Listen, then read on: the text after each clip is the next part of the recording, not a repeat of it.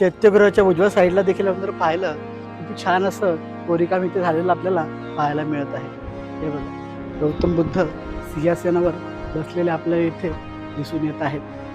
गौतम बुद्धांच्या डाव्या आणि उजव्या साईडला जे शिल्प होते ते संपूर्ण नष्ट झालेले आहेत. धम्मचक्र मुद्रेमध्ये गौतम बुद्धांची मूर्ती या दगडामध्ये कोरण्यात आलेली आहे.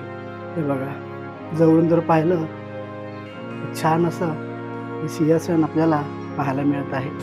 इकडचं सिंह नष्ट झालेलं दिसत आहे, पण या सिंह आपल्याला व्यवस्थित पाहायला मिळत आहे. या ठिकाणी सिंहासनावर सम्यक संबुद्धांची मूर्ती पाहायला मिळत आहे. डाव्या साईडला जे शिल्प आहे ते देखील हळूहळू नष्ट होत चाललेलं आहे. बरेचसे शिल्प पावसामुळे कमजोर पडून बरेचसे आता भग्नावस्थेमध्ये पाहायला मिळत आहे.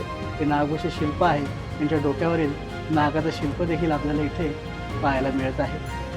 डाव्या साईडला त्याच प्रकारचं शिल्प आहे आणि उजव्या साईडला देखील नागवंश राजा आहे, त्यांचं शिल्प छान पद्धतीने इथे शिल्पकाराने कोरलेलं आहे. वातावरणात होणारे बदल, पावसाळ्यातील पाणी याच्यामुळे हा शिल्प नष्ट होत चाललेला आहे. बरेचसे शिल्प आपल्याला धूसर झालेलं दिसून येत आहे. मध्ये सिंहासनावर बसलेली गौतम बुद्धांची मूर्ती आहे, त्याचे हात आहेत ते देखील तुटून गेलेले आहेत. सम्यक संबंधाची मूर्ती आपल्याला छान पद्धतीने इथे पाहायला मिळते. गौतम बुद्धांच्या चेहऱ्यावरती स्मित हास्य पाहायला मिळतं. डावा पाय आहे तो देखील आपल्याला ते नष्ट झालेलं दिसून येत आहे.